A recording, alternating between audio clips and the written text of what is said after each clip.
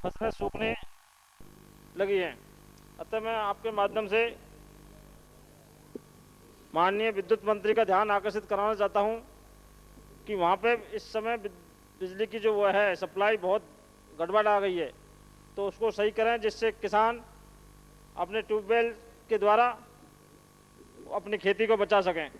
दूसरा, मैं माननीय राहत मंत्री जी का भी ध्यान इस ओर आकर्षित करूंगा कि वो क्षेत्र का सर्वे कराएं और जो नुकसान हुआ है उसका आकलन करा के उनको राहत पहुंचाएं। धन्यवाद।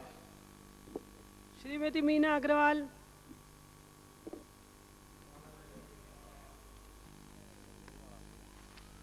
उपाध्यक्ष महोदय, आज इस बजट पर सरकार ने सुनने पर चल रहा है ना। हाँ, सुनिए काल है, बजट नहीं है। ये बजट पे बोलने लगा। श्री अमराराम धोत। एक मिनट बोल रहे हैं? याद आ गया। तैयारी करके बोल देना मीना जी।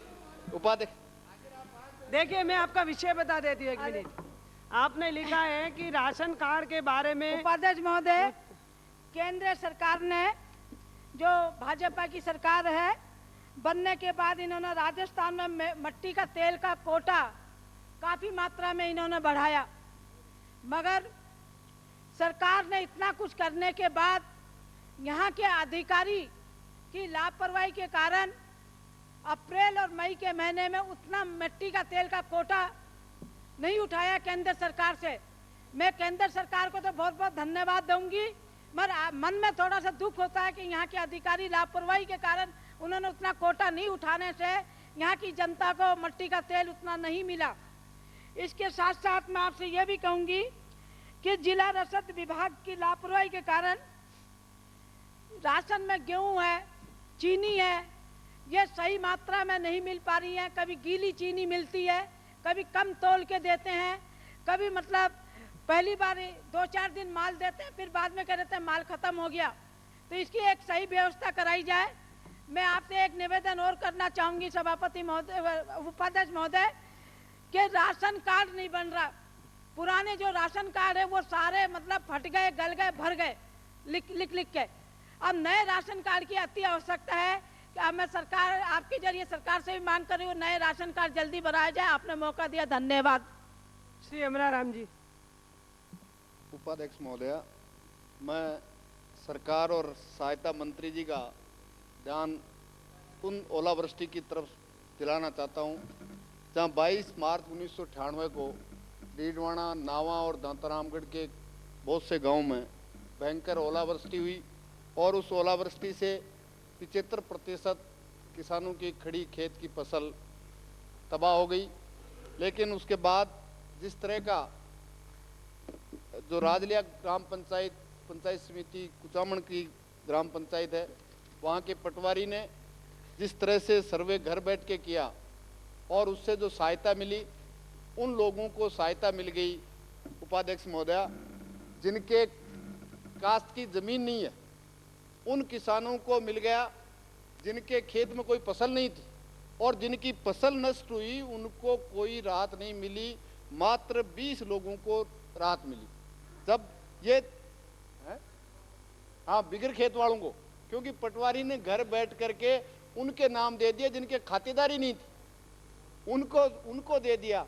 इसलिए मेरा आपसे निवेदन है। उसके बाद उस ग्राम पंचायत के सरपंच और किसानों ने जब वहाँ के प्रशासनिक अधिकारियों से मिले, तहसीलदार, मैं पटवारी उस गांव में गया, उनकी उपस्थिति में 198 लोगों की 3 गांव जो उस पंचायत में है उनकी लिस्ट बनाई गई 168 लोगों की, जिनमें से मात्र 20 लोगों को पहले पटवारी ने जो सर्वे किया था उसमें से सहायता मिली है।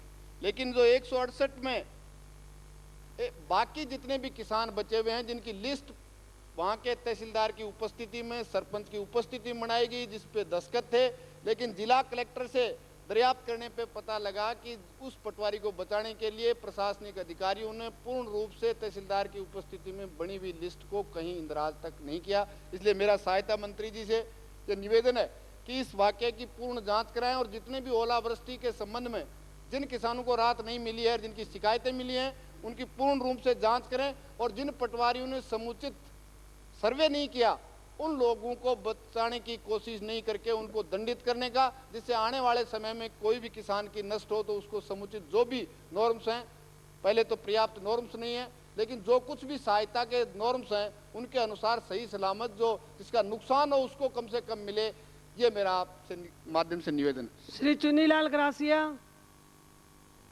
श्री राम गोपाल बैरवा। माननीय उपाध्यक्ष महोदय, मैं आपके माध्यम से माननीय ऊर्जा मंत्री जी का ध्यान आकर्षित करना चाहता हूं।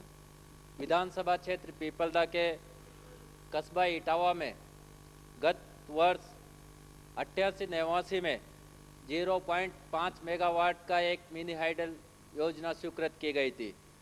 स्वीकृत योजना पर 1990-91 से लेकर 95-96 तक लगातार 6 वर्षों तक राशि खर्च करते रहे और इस योजना पर किसानों की भूमि भी अवाप्त की गई।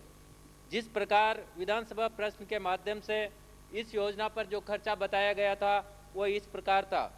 1990-91 में 19,72,600 रुपये, 1991-92 में 4,395 रुपये, 1992-93 में 17,005 रुपये, 1993-94 में 25,52,681 रुपये, 1994-95 में 3,06,056 रुपये और 1995-96 में 1,84,000 रुपये।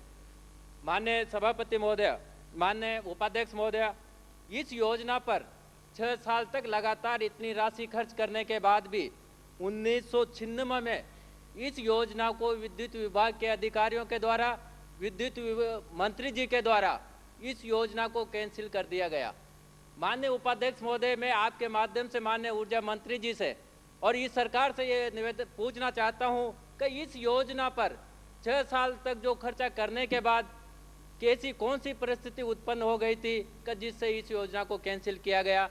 यदि योजना को कैंसिल किया गया तो ये जो खर्चा इस योजना पर 6 साल तक लगातार किया गया, उन पैसों का कहां पर एडजस्ट किया गया।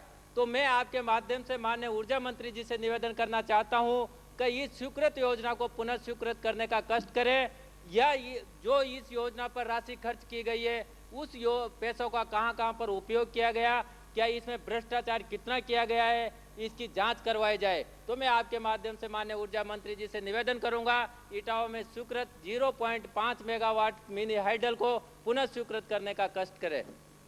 श्री लक्ष्मण सिंह जी।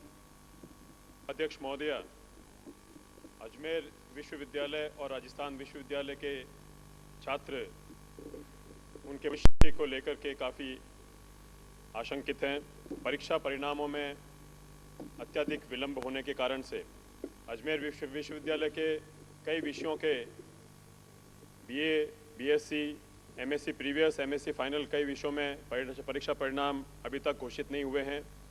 वहाँ पर प्रशासन पूरी तरह से इस दृष्टिकोण से असफल हुआ है और राजस्थान विश्वविद्यालय में इससे भी बुरा हाल है। राजस्थान विश्वविद्यालय का परीक्षा कैलेंडर पूरी तरह से बिखर चुका है। यहाँ पर अशैक्षणिक कर्मचारियों की हड़ताल चल रही है और कल ही शिक्षकों की जो एसोसिएशन है रूटा, उसने भी ये निर्णय लिया है कि जो अशैक्षणिक कर्मचारी जो कार्य करते थे वो परीक्षा से और प्रवेश से संबंधित कार्य शिक्षक लोग अब नहीं करेंगे और इसी कारण से जो वैकल्पिक व्यवस्था परीक्षा परिणाम के लिए यूनिवर्सिटी ने की गई थी उसमें भी कई शिक्षक उस वैकल्पिक व्यवस्था से बाहर हो गए हैं और परीक्षा परिणाम में अब और भी ज़्यादा देरी होने की संभावना है। इसलिए सरकार को इस दृष्टिकोण से अजमेर विश्वविद्यालय और राजस्थान विश्वविद्यालय के छात्रों के भविष्य को दृष्टिगत रखते हुए जो शैक्षणिक कर्मचारी, अशैक्षणिक कर्मचारियों की जो स्ट्राइक है और जो उनका आंदोलन है, उनकी मांगों के ऊपर गंभीरतापूर्वक विचार करवाना चाहिए और प्रशासन को, हमारे शिक्षा मंत्री जी को यूनिवर्सिटी के एडमिनिस्ट्रेशन से साथ में विचार विमर्श करके, कंसल्टेशंस करके जो अशैक्षणिक कर्मचारियों की जो मांग है, उनकी जो वाजिब मांगे हैं उनको मनवाया जाए, जिससे कि वो अपने असहयोग आंदोलन को बंद करें और शिक्षा परिणाम में जो शिक्षकों, ये विद्यार्थियों का जो नुकसान हो रहा है, शिक्षा परिणाम में जो विलंब हो रहा है, इस विलंब को समाप्त करें और दोनों यूनिवर्सिटीज़ के शिक्षा परिणामों को शीघ्र से शीघ्र घोषित करावें। श्री राकेश मेघवाल।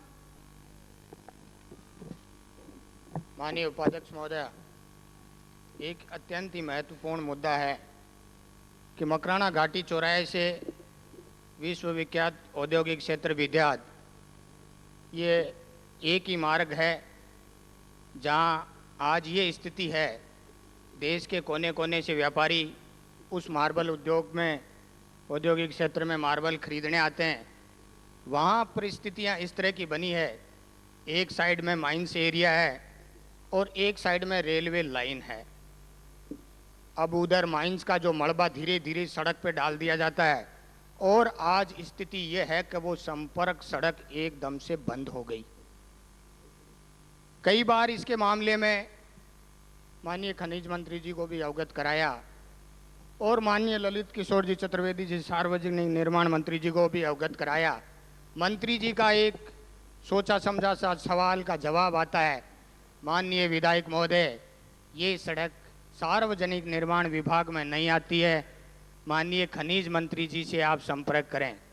मैंने खनिज मंत्री जी से भी संपर्क किया था। सवाल हो गया, ध्यानाकर्षण तो हो गया। इसलिए मैं चाहूँगा कि इस सड़क को खनिज मंत्री जी अपने तत्काल प्रपोजल मंगाकर तत्काल स्वीकृति प्रदान करावें तथा इसका कार्य भी बोरावड़ मकराना विकास समिति के माध्यम से करावे, क्योंकि माननीय खनिज मंत्री जी ने एक महत्वपूर्ण मुद्दा है, माननीय खनिज मंत्री जी ने विद्याध से मोरेड़ तक 4 किलोमीटर सड़क के लिए 35 लाख रुपए दिए थे। उनके लिए मैं उनका धन्यवाद देता हूं, लेकिन उस सड़क की वापस मैं माननीय मंत्री जी से निवेदन करूंगा कि उच्च स्तरीय जांच करवाई जाए। 35 लाख में से 20 लाख रुपए लगे, 15 लाख का उस सड़क में, 4 किलोमीटर सड़क में घोटाला है। माननीय मंत्री जी उच्च स्तरीय एक जांच कमेटी बिठाकर उस सड़क की जांच करवाएं। जय हिंद। श्री बद्री प्रसाद गुरुजी। माननीय उपाध्यक्ष महोदय, मैं आपके माध्यम से अपने कृषि मंत्री जी का ध्यान आकर्षित करना चाहूँगा। भीलवाड़ा जिले में अभी GSFC का DAP खाद वितरित किया गया है और इस DAP खाद में इतनी मिलावट है जिससे किसानों के काफ़ी नुकसान हुआ है। इसमें अमोनियम सल्फेट की मात्रा पाई गई है जो कि DAP खाद में नहीं होती है। इसकी सुपर फास्फेट में होती है। अमोनियम सल्फेट सुपर फास्फेट में प्रयोग लिया जाता है खाद में, और सुपर फास्फेट का थैला 135 रुपये में आता है और DAP खाद का थैला 400 साढ़े 400 रुपये में आता है। DAP खाद अलग है, ये अलग है, और उसमें भयंकर रूप से मिलावट की गई है। आपके कृषि अधिकारियों को वहाँ बताया गया है, पर वो इस कंपनी से और इनसे मिलकर उस मामले को दबा रहे हैं। मैं कृषि मंत्री जी से चाहूँगा कि इसकी उच्च स्तरीय जांच कराए और सदन में घोषणा करे कि इस भीलवाड़ा जिले में जो खाद में भयंकर रूप से मिलावट पाई गई है, तो उन दोषियों को जिन्होंने मिलावट की है उनके खिलाफ आप आवश्यक कार्रवाई करेंगे। उच्च स्तरीय यहाँ से किसी अधिकारी को भेजकर इसकी जांच कराए। धन्यवाद। माननीय सदस्य ने जो बात कही है यहाँ कि DAP खाद में बहुत मिलावट है, वैसे तो हमारे निरीक्षक हैं, वो जगह जगह और उड़नदस्ते भी हैं, दवाइयों में, खाद में, जहाँ भी जो मिलावट पाई जाती है उनका हम सैंपल लेकर के प्रयोगशाला में भेजते हैं। और यदि ये जो माननीय सदस्य स्पेसिफिक जो बात बता रहे हैं, मैं इनकी निश्चित तौर पर जो है जांच कराऊंगा और जो भी प्रयोगशाला के रिजल्ट आने के बाद में जो भी दोषी पाए जाएंगे उनके खिलाफ मैं नियमानुसार कार्रवाई करूंगा। ये आपको विश्वास दिलाता हूं। कृषि मंत्री नहीं सवाल नहीं कर रहा हूँ मैं, वो सैंपल बदल दिए गए हैं, जो सैंपल लिए हैं, जो मैं ये इसीलिए कर रहा हूँ उच्च स्तरीय आप उसके यहाँ से भेजे अधिकारी कह दिया मंत्री जी ने जांच कराएंगे। सैंपल किसानों के पास सैंपल लें, उन वहाँ के स्थानीय उन्होंने सैंपल बदल दिया है। माननीय उपाध्यक्ष बदल दिया जो प्रयोगशाला से है, और दूसरा सैंपल आपके सामने अगर आप बताएंगे तो हम वहाँ वो भी मतलब व्यवस्था कर देंगे, आपको साथ ले जा करके जांच करेंगे, ऐसी कोई बात नहीं। श्री चुन्नी लाल जी ग्रासिया। माननीय उपाध्यक्ष महोदय, उदयपुर संभाग में मानसून न आने के कारण सारी फसलें नष्ट हो रही है, सूख रही है, और सारे किसानों के मन में एक बहुत बड़ी आशंका बन रही है कि अगर मान लो मानसून नहीं आया तो क्या होगा हमारा, क्योंकि उन्होंने अपना अमूल्य बीज खेतों में डाल दिया है, मानसून समय पे नहीं आया है, मक्का चावल सब सूख रहा है। ऐसी हालत में मैं उदयपुर संभाग में सारे जनजातीय क्षेत्र है, चाहे बांसवाड़ा हो, डूंगरपुर हो, उदयपुर हो, आज उदयपुर की सारी जिले खाली है। यानी खेती ही नहीं, पीने के पानी का भी बहुत बड़ा संकट आने वाला है। आज जहां उदयपुर राजस्थान का कश्मीर कहलाता है, और उसके पीछे एक ही है कि यहाँ के जिलों के कारण ही उदयपुर का विश्व के नक्शे पर नाम है। सारे जिले खाली हैं। ऐसी परिस्थिति में आपके माध्यम से सरकार से मांग करता हूँ कि सारे संभाग की गिरदावरी की जाए और अविलंब, अगर उसमें समय लगता है तो राहत कार्य प्रारंभ किए जाए, क्योंकि रोजगार की भी बहुत बड़ी समस्या है। वहाँ का किसान, वहाँ का वनवासी, वहाँ का आदिवासी अपनी खेती का काम पूरा करने के बाद शहर में काम के लिए आता है। शहर में माकूल कार्य न मिलने के कारण आज उसकी रोजगार की समस्या है। अतः मैं आपके माध्यम से सरकार से निवेदन करना चाहूँगा कि अविलंब सरकारी कार्य शुरू किया जाए और साथ ही साथ अकाल राहत कार्य प्रारंभ करने के लिए जो उनको एक प्राइमरी जो खानापूर्ति करनी है, चाहे गिरदावरी हो, कुछ और हो, कलेक्टर से जो जानकारी चाहनी हो, वो अविलंब कराए। अकाल राहत मंत्री और सरकार से यही मेरी मांग है। धन्यवाद। जय भारत। श्री श्रवण कुमार।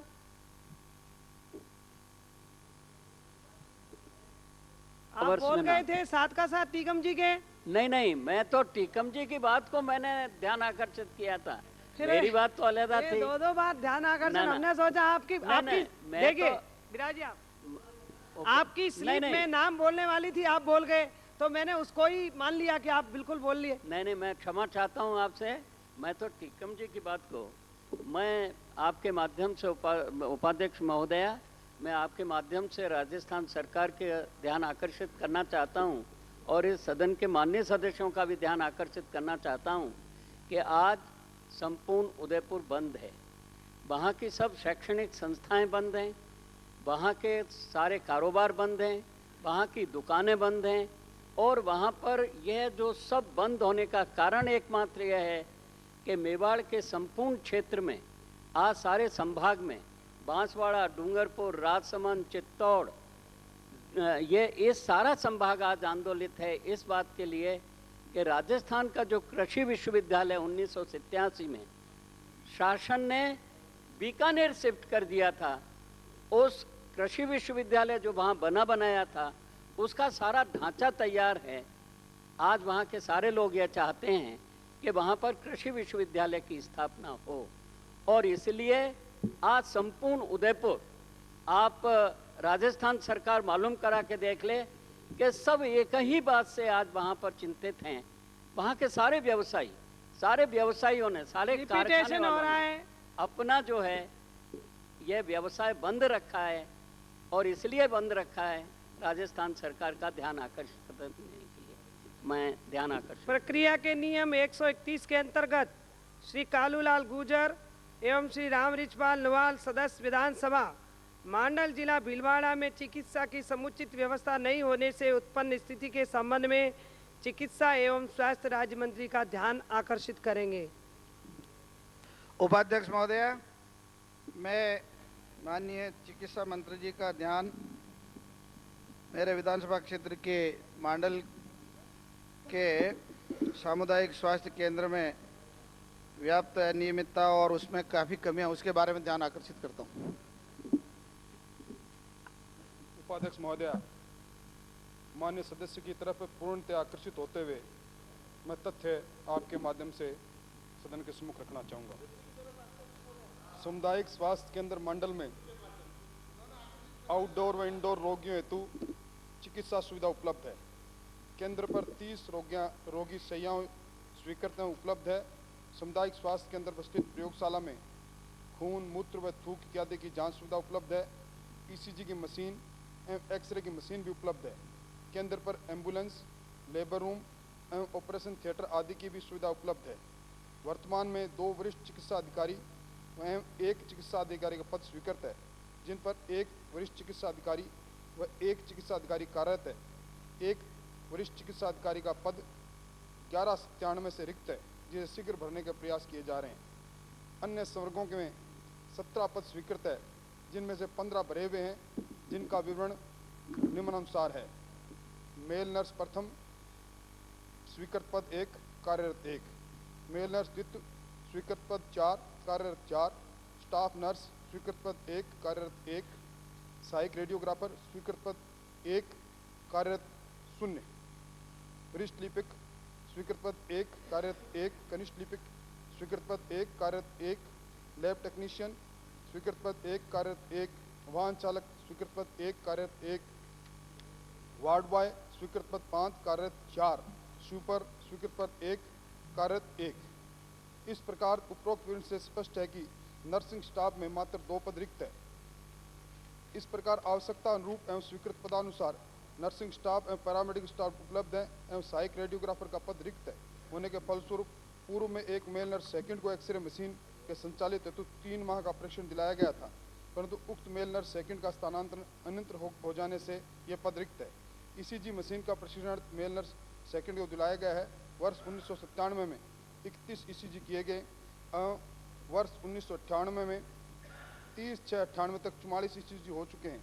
एम्बुलेंस चालू हालत में है एवं वाहन चालक पदस्थापित है। इसका उपयोग मांडल से रेफर किए गए केस भिजवाने में, मौसमी बीमारियों की रोकथाम में, राष्ट्रीय कार्यक्रम एवं परिवार कल्याण शिविर तथा मोबाइल टीम आदि में किया जा रहा है। पिछले 3 वर्षों में निम्नानुसार रोगियों को केंद्र पर चिकित्सा सुविधा उपलब्ध कराई। 1995-96 आउटडोर 27,362, 1996-97 23,965, 1997-98 29,363। माइनर ऑपरेशन की सुविधा निम्नानुसार ओपीडी में है। अब तक निम्न ऑपरेशन माइनर किए गए हैं। ट्यूमर एंड सिस्ट 1995 में 12, 1996 में 18, 1997 में 27 व 30 जून 98 तक 18। एप्सिस 1995 में 145, 96 में 167, 97 में 192 व 30 जून 98 तक 126। रिमूवल ऑफ फॉरेन बॉडीज 95 में 70, 96 में 78, 97 में 85 तथा 30 जून 1998 तक 65। डेंटल ऑपरेशन 95 में 70, 96 में 171, 97 में 153, 30 जून 1998 तक 79। रिमूवल ऑफ वुंड्स 1995 में 30, 96 में 47, 97 में 83 व 30 जून तक 1998 तक 56। इसके अलावा परिवार कल्याण के दौरान भीलवाड़ा की टीम द्वारा महिला नसबंदी ऑपरेशन स्वास्थ्य केंद्र मांडल पर किए गए, जिसका विवरण निम्न अनुसार है। 1995-96 162 ऑपरेशन, 1996-97 179 ऑपरेशन, 1997-98 208 ऑपरेशन। इसी प्रकार प्रयोगशाला में की जा रही विभिन्न जांचों का विवरण निम्न अनुसार है। यूरिन फॉर कंप्लीट एग्जामिनेशन 95 में 1380, 96 में 1580, 97 में 1390, 30 जून 98 तक 153। ब्लड फॉर शुगर 95 में 175, 96 में 125, 97 में 55। टीएलसी 95 में 85, 96 में 65, 97 में 112 और 30 जून तक 46। डीएलसी 95 में 85, 96 में 65, जून 97 में 112 और 30 जून तक 45। हीमोग्लोबिन 95 में 412, 96 में 500, 97 में 375, 30 जून 1998 तक 45। ब्लड फॉर ESR 95 में 165, 96 में 120, जून 97 में 135 व 30 जून तक 16। स्पुटम फॉर AFB 95 में 135, 96 में 85, 97 में 47, 30 जून तक 5। ब्लड फॉर मलेरिया स्लाइड्स 95 में 5808, 96 में 6066, 97 में 6619 व 30 जून तक 2796। इस प्रकार सामुदायिक स्वास्थ्य केंद्र मांडल पर सभी आवश्यक चिकित्सा सुविधा एवं संसाधन उपलब्ध है। समुचित वित्तीय प्रावधान उपलब्ध होने पर विशेषज्ञों का पद स्वीकृत किया जाना संभव हो सकेगा। माननीय सभापति, महामान्य उपाध्यक्ष महोदया, माननीय मंत्री जी ने जो जवाब दिया वो केवल एक आंकड़े प्रस्तुत करती है। मैंने जो प्रश्न उठाया, मैंने जो आपका ध्यान आकर्षित किया, उसके ऊपर आपने जिस तरह से केवल आंकड़े दे के जवाब दिया वो अपर्याप्त है। उपाध्यक्ष महोदया, एक मांडल तहसील हेडक्वार्टर और यहाँ पर सामुदायिक स्वास्थ्य केंद्र आपने खोला है और ये करीब 10-12 साल से चल रहा है। उपाध्यक्ष महोदय, इस सामुदायिक स्वास्थ्य केंद्र के बारे में आपने ये आंकड़े दे दिए कि इतना पद सृजित है और इतने अगेंस्ट में लग रहे हैं। पहली बात तो ये है कि इसमें चिकित्सकों के 3 पद बताए गए, एक एसएमओ का और एक एमओ का और एक एमओ की जगह खाली बताई। और वो भी मेरे इसमें जो इन्होंने जवाब दिया, इसमें मेरे पास कॉपी, इसमें जनवरी 97 से खाली बताया। पहली बात तो ये है कि जनवरी 97 से अब तक ये पद भरा क्यों नहीं गया। दूसरा मेरा प्रश्न ये है, आप मंत्री महोदय कृपा करके ये बताएं कि सामुदायिक स्वास्थ्य केंद्र का मतलब क्या है, इसमें क्या सुविधाएं होनी चाहिए, सरकार ने इसके क्या नॉर्म्स तय कर रखे हैं, कितने डॉक्टर की पोस्टें होनी चाहिए। आपने तो सीधा कह दिया कि 3 पद स्वीकृत है। अब स्वीकृत 3 क्यों हैं, नियम के अनुसार कितने पद होना चाहिए, क्या इसमें कोई महिला डॉक्टर का पद भी होना चाहिए कि नहीं होना चाहिए, क्या इसके अंदर कोई स्पेशलिस्ट का पद भी होना चाहिए कि नहीं होना चाहिए। आपने कह दिया कि हमने एक्सरे मशीन दे दी, एक्सरे मशीन की रीडिंग करने वाला रेडियोग्राफर है कि नहीं है, रेडियोग्राफर आपने इसमें रेडियोलॉजिस्ट कोई है कि नहीं है, उसकी भी आवश्यकता है कि नहीं है। आपने कहा कि यहाँ पर शल्य चिकित्सा का जो है वो ऑपरेशन थिएटर खोल दिया, आपने बना दिया, मैं आपको धन्यवाद देता हूँ, परंतु उसको ऑपरेट करने के लिए वहाँ शल्य चिकित्सा को चालू करने के लिए क्या किसी स्पेशलिस्ट की आवश्यकता सामुदायिक स्वास्थ्य केंद्र में पड़ती या नहीं पड़ती।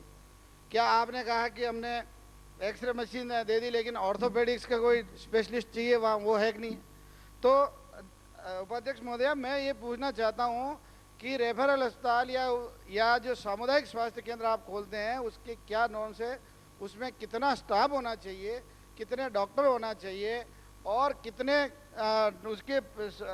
उसके पैरेलल में पैरामेडिकल स्टाफ होना चाहिए, कितने मेल नर्स होनी चाहिए, कितनी मेल नर्स द्वितीय होना चाहिए, स्टाफ नर्स कितनी होनी चाहिए और बाकी विशेषज्ञ कितने होने चाहिए। इन सारी बातों का आपने इसमें कोई खुलासा नहीं किया। मैंने पूछा यही, मैंने ध्यान ही आकर्षित किया कि ये रेफरल अस्पताल बहुत इंपॉर्टेंट है, इसमें काफ़ी मरीज आते हैं।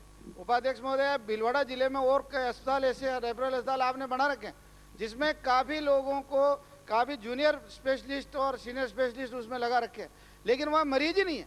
आश्चर्य की बात तो ये, और वहाँ पर है ना आपने सारे स्टाफ को लगा रखा है, सारे अच्छे विशेषज्ञों को लगा रखा है। और मांडल तहसील का या मांडल का जो ये अस्पताल है, ये बहुत ही इम्पोर्टेंट अस्पताल है। इस अस्पताल में मांडल के अलावा चारों तरफ की कम से कम 15-20 पंचायतों के लोग वहाँ इलाज के लिए आते हैं। उपाध्यक्ष महोदय, आश्चर्य की बात यह है कि मांडल जहाँ ये अस्पताल है, यहाँ से 25 किलोमीटर के रेडियस चारों तरफ अगर खींचा जाए तो वहाँ कोई अस्पताल नहीं है, या तो भीलवाड़ा है और या फिर वहाँ से जाने के बाद सीधा करेड़ा में है, वो भी उप स्वास्थ्य केंद्र है। इतना बड़ा अस्पताल आपने खुला है, आपने यहाँ सामुदायिक स्वास्थ्य, आप सरकार की नीति के अनुसार सरकार ने कहा कि हर तहसील में, हर पंचायत हेडक्वार्टर पर एक न एक सामुदायिक स्वास्थ्य केंद्र या रेफरल अस्पताल होगा। अब रेफरल अस्पताल की सुविधाएं होगी।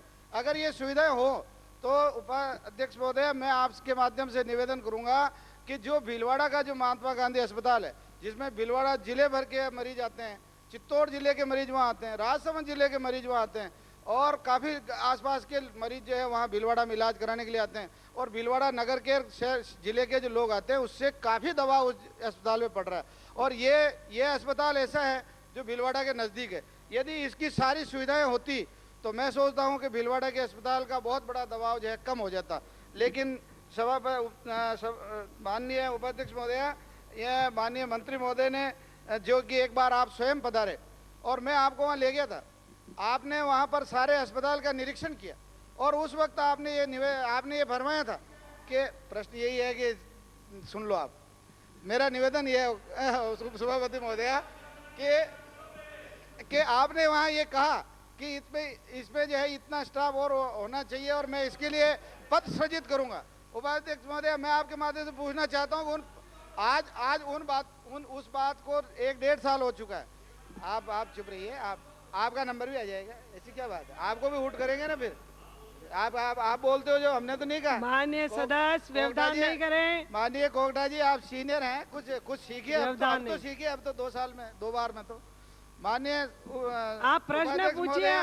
मैं आपको निवेदन कर रहा हूं कि जो आपने वहां पर मौका देखा था, अस्पताल देखा था, आपने ये फरमाया था कि मैं यहाँ स्पेशलिस्ट के पद भी जो है सृजित करूंगा।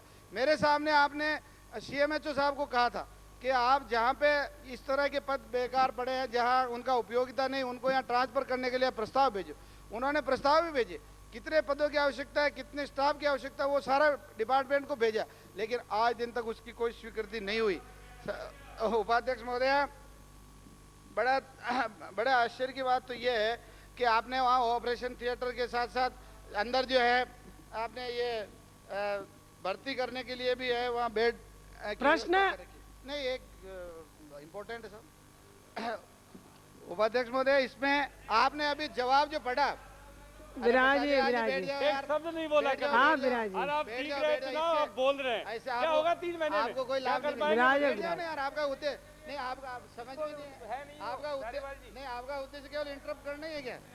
अरे कुछ तो उद्देश्य और अच्छा रखो, तो सुनो ना आप फिर। माननीय सदस्य उपाध्यक्ष महोदय, मैं आपसे निवेदन कर रहा था कि माननीय मंत्री महोदय ने अभी जवाब पढ़ा, जवाब में आपने ये लिखा कि बहिरंग के अंदर कितने रोगी आए, लेकिन आपने अंतर रोगी कितने आए इनका नहीं पढ़ा।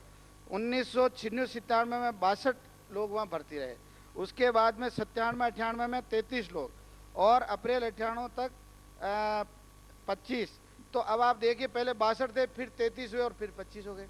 यानी अंदर भर्ती होने वाले की संख्या इसलिए घट रही है कि पहले जो डॉक्टर थे 2-3 उनका भी आपने ट्रांसफर कर दिया वहां से, और पहले पद ज्यादा थे, लोग स्वस्थ हो गए। 3 साल पहले पद ज्यादा थे, वो तो लोग स्वस्थ हो गए, तो फिर ये बाह्य रोगियों की संख्या क्यों बढ़ी? वो तो 29,000 हो गई, और ये कैसे घट सकती? तो उपाध्यक्ष महोदय, मैं आपके माध्यम से निवेदन करना चाहता हूँ कि यहाँ पहले पद ज्यादा थे, फिर आपने पद और कम कर दिए, पहले 6 पद थे, अब आपने 3 कर दिए, जबकि आपको 6 बरकरार रखते हुए जूनियर स्पेशलिस्ट और लगाना चाहिए था। आपने जब वहाँ पे एम्बुलेंस दे दी, आपने ECG की मशीन दे दी, आपने वहाँ ऑपरेशन थिएटर बना दिया, आपने वहाँ एक्सरे की मशीन दे दी, अरे इतना इक्विपमेंट दे दिया, तो उनका लाभ क्या हो रहा, उनकी उपयोगिता क्या हो रही? उपाध्यक्ष महोदय, मैं इसलिए माननीय मंत्री महोदय से निवेदन करना चाहता हूँ कि कई गाँव के लोग जो इस चिकित्सालय में लाभ प्राप्त कर रहे हैं, उनको लाभ जब मिल सकता है कि जब वहाँ चिकित्सा सुविधा सारी उपलब्ध हो जाए। आपके जो नॉर्म्स है, आप बताएं कि आपके क्या नॉर्म्स है, कितना स्टाफ है, उसको आप कब तक लगाएंगे, कब तक आप पद सृजित करेंगे? इसी तरह से और भी अस्पताल जिले में हैं जहाँ पर इस तरह के पद खाली पड़े हुए हैं। तो माननीय उपाध्यक्ष महोदय, मैं आपके माध्यम से मंत्री जी से ये चाहता हूँ कि आप ये सारी बातों का खुलासा जो मैंने अभी निवेदन किया या सदन में कहें, और आज घोषणा करें कि आप कब तक उन पदों का सृजन करके उस अस्पताल को बढ़िया अस्पताल के रूप में कार्य करने हेतु तैयार कर देंगे। श्री रामरिचपाल जी नवाल। माननीय उपाध्यक्ष महोदया, मैं मंत्री महोदय से आपके माध्यम से ये पूछना चाहता हूँ कि जैसा अभी पधारे विधायक साहब ने ये बताया था कि इसके क्या नॉर्म्स नियम हैं, कि रेफरल अस्पताल के अंदर कितने डॉक्टरों की आवश्यकता है, कितने मेल नर्स, कितने फीमेल नर्स, कितनी क्या आवश्यकता है, ये कम से कम एक बार साफ हो जाए तो हमें फिर बात की चिंता नहीं करेंगे। वाकई में इतने डॉक्टर हैं, फिर ठीक है, कोई आपत्ति नहीं है, ऐसी बात नहीं। भाई मैं तो आपसे पूछना चाहता हूँ कि वहाँ पर इतने बिस्तर, चद्दर, सफाई नाम की कोई चीज़ नहीं है, इतना गंदीवाड़ा है कि वहाँ पर वो मरीज, वहाँ ज़्यादा मरीज हो जाता है। मैं शिकायत के माध्यम से नहीं कह रहा हूँ, पर इस व्यवस्था को ठीक करने का कौन जिम्मेदार लेगा, कौन जिम्मेदार इसके बारे में, ये आपको चिंता करने की आवश्यकता है। नहीं, ऐसा नहीं है, ऐसा नहीं है, नहीं, ये व्यवस्था आपने की है। मैं आपके माध्यम से ये निवेदन कर रहा हूँ, इस व्यवस्था को आप मजबूत बनाएं। ये व्यवस्था अच्छी होने के माध्यम से भिलवाड़ा वहाँ से नज़दीक पड़ता है, भिलवाड़ा वहाँ से करीब 15 किलोमीटर दूर है, वहाँ इसका दबाव कम हो जाएगा भिलवाड़ा के अंदर, अगर वहाँ सारी व्यवस्था होगी। ये मंडल का अस्पताल ब्यावर से, आसीन से, कनाडा से, फिर नेशनल हाईवे रूट होने के कारण वहाँ पर एक्सीडेंट ज़्यादा होते हैं। वहाँ व्यवस्था ठीक नहीं होने के कारण से ये सारे जितने भी एक्सीडेंट के मरीज होते हैं उनको भिलवाड़ा भेजना पड़ता है। माननीय अध्यक्ष महोदय, आपके माध्यम से मैं मंत्री महोदय से ये निवेदन करना जा रहा हूँ, यह मेरा एक प्रश्न इसी बात का है कि आप इसको अच्छे ढंग से आपके नियम के अनुसार रेफरल अस्पताल के अंदर कैसी व्यवस्था होनी चाहिए वो व्यवस्था आप बता दें। बाकी भिलवाड़ा के बारे में मैं आपसे, मेरा उसमें भी वो ध्यानगर से पता लगा, मैं उसके बारे में बाद में बात करूंगा, परंतु केवल मंडल की व्यवस्था अच्छे ढंग की हो। आप क्वेश्चन कर रहे हैं या कोई कुछ और कर रहे हैं? नहीं, मैं प्रश्न कर रहा हूँ साहब। प्रश्न करिए। हाँ, वही मैं आपसे निवेदन कर रहा हूँ, पूछ भी वही बात कर रहा हूँ। तो मैं तो आपके माध्यम से मेरा मंत्री महोदय से निवेदन है कि आपके नियम के अनुसार आपके वहाँ पर क्या व्यवस्था होनी चाहिए, कितने चदर होने चाहिए, कितने बेड होने चाहिए, वहाँ पर डीजी सेट भी होना चाहिए। अब ऑपरेशन थिएटर है, डीजी सेट नहीं है, लाइट जाती आती रहती है, तो लाइट के माध्यम से ऑपरेशन थिएटर के अंदर बहुत बड़ी दिक्कत होती है मरीजों के। क्वेश्चन नहीं है, क्वेश्चन नहीं है, नहीं क्वेश्चन तो ये तो क्वेश्चन ही हो सकता है, ये प्रश्न की परिभाषा में नहीं आता जो आप बोल रहे। नहीं फिर भी तो साहब कमी है ना साहब, ये तो कमी है। इसलिए मेरा आपसे निवेदन है, आपके माध्यम से मेरा निवेदन है कि आप जो रेफरल अस्पताल का जो नॉर्म्स नियम बना हुआ है उसमें 30 बेड हैं, आगे बेड बढ़ने चाहिए, या रेफरल अस्पताल के अंदर क्या क्या व्यवस्था प्रमुख है, जैसे पट्टी नहीं मिलती है, वहाँ पर रुई नहीं मिलती है, वहाँ पर मान लो कोई पराक्रम सिंह, तो ये आप थोड़ा सा ध्यान करें। धन्यवाद आपको बोलने का मुझे समय दिया। अध्यक्ष महोदय, मंत्री जी ने जो जवाब दिया उससे मैं पूरा संतुष्ट नहीं हूँ। मैं समझता हूँ कि कुछ मजबूरियाँ होंगी, मैं समझता हूँ कुछ वित्त विभाग ने इनके ऊपर पाबंदी लगा रखी होंगी, इस वजह से इनका जवाब स्पष्ट नहीं है। नहीं, प्रश्न क्या है आपका? मेरा प्रश्न ये है अध्यक्ष महोदय कि सामुदायिक स्वास्थ्य केंद्र के अंदर एक तो ये बताने की कृपा करें कि कितनी पोस्टें हैं, कितनी स्पेशल पोस्टें हैं, और वो पोस्टें खाली हैं तो क्यों नहीं भरी गई है, और ऐसे और हॉस्पिटल हैं PSCs उसके अंदर भी पूरी पोस्टें भरी नहीं हुई है। मैं एक इसके साथ छोटा सा निवेदन ये करना चाहता हूँ अध्यक्ष महोदय, क्योंकि भीलवाड़ा ज़िले का हमारा हॉस्पिटल पूरे ज़िले का वाहन नहीं सहन कर पा रहा है, और जब तक ये समुदाय स्वास्थ्य केंद्र PSC को ये पूरी तरह से इक्विप नहीं करेंगे, जब तक ये लोड भीलवाड़ा हॉस्पिटल बढ़ता जाएगा। इसलिए इन PSCs और समुदाय स्वास्थ्य केंद्र को पूरी तरह से इक्विप करने से, डॉक्टरों से लगाकर, अन्य सुविधाओं के साथ लगा के करने का मानस है। और ये जरूर बताएं कि किस कारण ये पोस्टें कम की गई और क्यों नहीं ये पोस्टें वापस बढ़ाई जा सकती है। अगर वित्त विभाग ने इनके ऊपर कोई अंकुश लगा रखा है तो मैं समझता हूँ अध्यक्ष महोदय आपके मार्फत आप भी इनकी मदद करें और वित्त विभाग से इनको पोस्ट स्वीकृत कराने के लिए कृपा करावें। धन्यवाद। श्री बद्री प्रसाद गुरु जी। माननीय अध्यक्ष महोदय, प्रश्न मैं आपके माध्यम से मंत्री महोदय से पूछना चाहता हूँ, अब तक बात आई उनको दोहराया नहीं। मैं आपके माध्यम से मंत्री महोदय से पूछना चाहता हूँ कि भीलवाड़ा जिले के जो ये रेफरल हॉस्पिटल हैं और सामुदायिक स्वास्थ्य केंद्र हैं, इनमें आपके कितने जगह ऑपरेशन थिएटर की स्वीकृतियाँ है, ऑपरेशन थिएटर बने हुए हैं, उन वहाँ पर कितने जगह ऑपरेशन थिएटर चालू हैं, चालू किस किस में है, चालू किस किस में नहीं है, नहीं है तो क्यों नहीं है, उनके पास एनेस्थीसिया के लिए किसी व्यक्ति को लगाया, नहीं लगाया तो क्यों नहीं लगाया, जो औजार चाहिए वो दिए कि नहीं दिए। ये प्रमुख एक प्रश्न में एक और करना चाहूँगा माननीय मंत्री महोदय से कि मानगढ़ रेफरल हॉस्पिटल में MD कितने समय से नहीं आ रहा है। जिस MD की नियुक्ति थी मेहता की, वह कभी हॉस्पिटल में नहीं आया, तो कितने समय से नहीं आ रहा, उसको हटा दिया तो क्या किसी की अन्य नियुक्ति कर दी।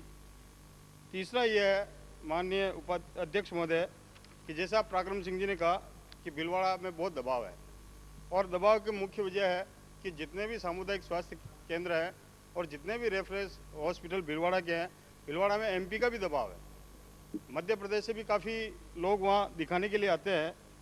तो मैं माननीय मंत्री महोदय आपके माध्यम से जानना चाहूँगा कि भीलवाड़ा हॉस्पिटल में आने वालों की बाढ़ लगी हुई है, हजारों डॉक्टर वहाँ आना चाहते हैं और वहाँ बरसों से डॉक्टर जमे हुए हैं। क्या इन डॉक्टरों को इन रेफरल हॉस्पिटलों में नियुक्त करके और इन रेफरल हॉस्पिटलों की व्यवस्था सुधारने के लिए आप गंभीर है? धन्यवाद। मैं सोचता हूँ मंत्री महोदय इसको जवाब देंगे। उपाध्यक्ष महोदय,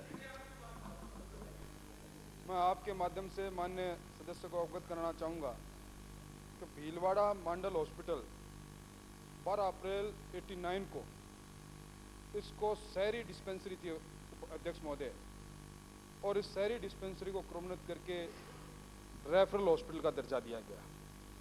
उपाध्यक्ष महोदय, मैं आपके माध्यम से भी बताना चाहूँगा कि ये वो वर्ष था जिस वर्ष में कांग्रेस सरकार अपना अंतिम बजट प्रस्तुत कर रही थी। थोती वाहवाही लेने के लिए ना ये सोचा कि जिन संस्थाओं का हम नहीं खोल रहे हैं उन संस्थाओं में आवश्यक बजट है या नहीं, निश्चित मापदंड के अनुसार पद सृजित होंगे या नहीं होंगे। अध्यक्ष महोदय, उस वक्त 50 शहरी डिस्पेंसरी को CHC में क्रमोन्नत किया गया था और इन डिस्पेंसरी में जब एक क्रमोन्नत हुई तो इनके साथ जो इनका नए पदों का सृजन किया गया, वो नए पदों का सृजन किया गया कि एक CHC के अंदर 2 SMO के पद और क्रिएट कर दिए जाएं, एक MO पहले से था। और इसके साथ अध्यक्ष महोदय ये भी कहा गया कि अगर 30 सैया युक्त एक रेफरल हॉस्पिटल में मापदंड है कि 30 सैया युक्त वो रेफरल हॉस्पिटल, परंतु इन्होंने मापदंड तय कर दिया कि 15 सैया युक्त है तो भी चलेगा क्योंकि चुनावी वर्ष था। मैं निवेदन करना चाहूँगा कि चूंकि ये जब इस रेफरल हॉस्पिटल का सृजन किया गया था तब जो निश्चित मापदंड, जिस मापदंड से सामुदायिक चिकित्सा केंद्र में जो पद सृजित होने चाहिए, अभी माननीय सदस्य ने पूछा कि मापदंड क्या है, मैं मापदंड के लिए निवेदन करना चाहूँगा कि किसी भी रेफरल हॉस्पिटल में अध्यक्ष महोदय कनिष्ठ विशेषज्ञ के 2 पद होते हैं, एक मेडिसिन का, एक सर्जरी का। चिकित्सा अधिकारी के 2 पद होते हैं, नर्स ग्रेड फर्स्ट का 1 पद, नर्स ग्रेड सेकंड के 2 पद, असिस्टेंट रेडियोग्राफर का 1 पद, ड्राइवर का 1 पद, लैब टेक्नीशियन का 1 पद, कनिष्ठ लिपिक का 1 पद, वार्ड बॉय और स्वीपर के 3 पद। अध्यक्ष महोदय, मैं निवेदन करना चाहूँगा कि 88, 89 जब ये रेफरल हॉस्पिटल खोला उसमें दवाइयों के लिए बजट रखा था इन्होंने 26,000। अभी सदस्य ने चिंता व्यक्त की है, मैं सदस्य को अवगत करना चाहूँगा कि आप माननीय सदस्य, आपको स्मरण होगा कि इस हॉस्पिटल का 1994 से पहले स्वरूप क्या था। यहाँ कोई वार्ड नहीं था, 10 लाख रुपए सरकार ने स्वीकृत करके और वहाँ सैयाएँ लगे इसकी व्यवस्था की। एक्सरे मशीन नहीं थी, रेफरल हॉस्पिटल का दर्जा दे दिया, एक्सरे मशीन नहीं, एक्सरे मशीन दी। एम्बुलेंस नहीं थी, एम्बुलेंस की व्यवस्था की। ECG मशीन नहीं थी, ECG मशीन की व्यवस्था की। ये सारी व्यवस्था, ऑपरेशन थिएटर नहीं था, ऑपरेशन थिएटर की व्यवस्था हुई। निश्चित तौर पर अध्यक्ष महोदय कि निश्चित मापदंड के अनुसार पदों का सृजन नहीं हुआ। ये सारे के सारे अध्यक्ष महोदय उस वक्त जितनी डिस्पेंसरियां क्रमोन्नत हुई थी रेफरल चिकित्सालय में, सबों में जो स्टाफ पैटर्न रखा था उस स्टाफ पैटर्न के अनुसार पदों का सृजन है। अब ये एक साथ अध्यक्ष महोदय 50 का बजट रखा था, 55 क्रमोन्नत कर दी उस वक्त, और 55 क्रमोन्नत कर दी, उनमें भी निर्धारित मापदंड के अनुसार स्टाफ लगाया नहीं। अब स्नेह हमें इस पूरे मामले में 55 जूनियर स्पेशलिस्ट और 55 जूनियर स्पेशलिस्ट मेडिसिन और सर्जरी की जरूरत थी। वित्त विभाग को कई बार प्रयास किया, कई बार लिखा भी है। वर्तमान में राजस्थान के अंदर इस तरह के जो रेफरल हॉस्पिटल है जिसमें इसी तरह की व्यवस्था है, और मैं इस व्यवस्था को ठीक भी नहीं मानता। इस तरह के अभी 25 स्थान पर ऐसे हैं जहाँ इसी तरह SMO के पद सर्जित है और स्पेशलिस्ट के पद सर्जित नहीं। इसलिए मैं निवेदन करना चाहता हूँ कि मैंने वित्त विभाग को इस बारे में प्रशासनिक विभाग के कारण से उनसे प्रार्थना की है, लिखा भी है। मैं भी वित्त मंत्री जी से निवेदन करूंगा और मुझे उम्मीद है कि माननीय सदस्य और हम दोनों प्रयास करेंगे तो निश्चित तौर पर इस रेफरल हॉस्पिटल को रेफरल हॉस्पिटल का रूप मिल जाएगा। उपाध्यक्ष महोदय, यहाँ ये बात भी कही गई कि यहाँ स्वीकृत पदों में से एक पद रिक्त है, और एक चिकित्सक के नाम के साथ ये भी कहा गया कि चिकित्सक बंधु उस हॉस्पिटल में कभी गए नहीं। मैं आपके माध्यम से माननीय सदस्य को अवगत कराना चाहूँगा कि डॉक्टर मेहता के खिलाफ अनुशासनात्मक कार्रवाई प्रारंभ कर दी गई, आरोप पत्र जारी कर दिया। हमें CCA रूल्स में जो अधिकार प्राप्त है अध्यक्ष महोदय, उन्हीं अधिकारों से हम अनुशासनात्मक कार्रवाई करते हैं। अध्यक्ष महोदय, मैं निवेदन करना चाहता हूं कि जितनी बड़ी संख्या के अंदर चिकित्सकों के विरुद्ध कार्रवाई इन वर्षों में हुई है, पहले नहीं हुई। मैं इस चीज को भी स्वीकार करना चाहूंगा कि आज हमारे चिकित्सक सेवा के भाव को लुप्त करके व्यवसाय के भाव की ओर बढ़ रहे हैं। आज अध्यक्ष महोदय चंद ऐसे बड़े शहर जहां चिकित्सक पदस्थापित होना चाहते हैं, और जब इनको इच्छित स्थानों पर पदस्थापित नहीं करें तो ये अपने प्राइवेट क्लिनिक खोल के या घर पर अपने मरीजों को देखना चालू कर देते हैं। अध्यक्ष महोदय, दूसरी कोई सेवाएं हो और कोई व्यक्ति पदस्थापित स्थान पर नहीं जाए तो वहां तो उसकी तनख्वाह बंद हो जाएगी, वेतन बंद हो जाएगा, परंतु यहाँ वेतन बंद हो गया उसकी परवाह नहीं। वो चूंकि प्राइवेट प्रैक्टिस करके धन का अर्जन कर लेते हैं, इसलिए हमारे सामने सबसे बड़ा संकट ये है। मैं निवेदन करना चाहूँगा, यही बात भी उठी कि रेडियोग्राफर के पद। अध्यक्ष महोदय, पिछले वर्षों में जो टेक्निकल स्टाफ से जुड़ी हुई चीज़ें थी, चाहे वो ANM हो, चाहे वो मेल नर्स हो, रेडियोग्राफर हो, इनकी जो वो संस्थाएं जहाँ से प्रशिक्षण प्राप्त होता था वो संस्थाएं बंद पड़ी थी। हमने पिछले 4 वर्षों में इन संस्थाओं को पुनर्जीवित किया है। ट्रेनिंग चल रही है और मैं आपके माध्यम से माननीय सदस्यों को अवगत कराना चाहूँगा कि इन्हीं 10 दिन के अंदर अंदर हमारे पास प्रशिक्षणार्थ और जो ट्रेंड रेडियोग्राफर उपलब्ध हो जाएंगे। पूरे राजस्थान के अंदर 68 पद रिक्त है और मैं समझता हूँ कि सारे के सारे पदों को हम आने वाले 10-15 दिन में, रिजल्ट आ गए हैं अध्यक्ष महोदय, 10-15 दिन में इन पदों को भी भर देंगे। और जिस पद की आपने बात की, एक पद लंबे समय से रिक्त है, उस पद को भी निश्चित तौर पर भरेंगे। परंतु जिस मापदंड के अनुसार, जिस तरह हमने लक्ष्य रखा था कि हमें पूरे राजस्थान के अंदर हर पंचायत समिति में रेफरल हॉस्पिटल कायम करेंगे। रेफरल हॉस्पिटल में अध्यक्ष महोदय कायम हो गया, परंतु अब हमारा लक्ष्य है कि हम 1 लाख की जनसंख्या को रेफरल चिकित्सालय से लाभान्वित करेंगे। अब ये सारी जनसंख्या के अनुसार राजस्थान में 346 रेफरल हॉस्पिटल की आवश्यकता है। वर्तमान में 262 है, 84 की कमी है। अब चरणबद्ध तरीके से इस कमी को पूरा करने का हम निश्चित तौर पर प्रयास करेंगे।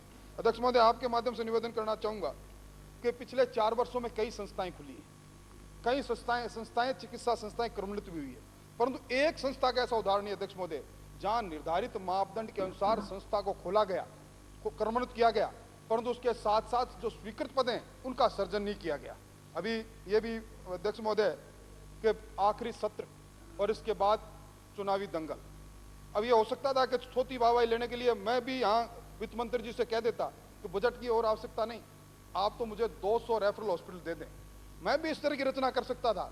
परंतु मुख्यमंत्री जी का ये बात कि जो है हमें सिर्फ इस सेवाओं को मात्र राजनीति की दृष्टि से नहीं, हम इन सामाजिक सेवाओं, विशेष तौर पर चिकित्सा सेवाओं को उसी दृष्टि से कि यहाँ गरीब को लाभ मिले, इस दृष्टि से इन सेवाओं का राजस्थान में खोलने का काम हमने किया है। इसलिए अध्यक्ष महोदय, मैं समझता हूँ कि जो अव्यवस्था और कुछ बातों में इन्होंने जिक्र किया है, निश्चित तौर पर मैं संबंधित अधिकारियों को कहूँगा वो जाएं, वहाँ व्यवस्था करें। इंडोर पेशेंट की संख्या कम है, वास्तव में इंडोर पेशेंट की संख्या कम है, तो निश्चित तौर पर वहाँ कोई ना कोई कमी रही होगी। या तो रात में चिकित्सक नहीं रुकते होंगे, या रात में पैरामेडिकल स्टाफ के लोग नहीं रुकते होंगे, उसकी भी व्यवस्था करूँगा।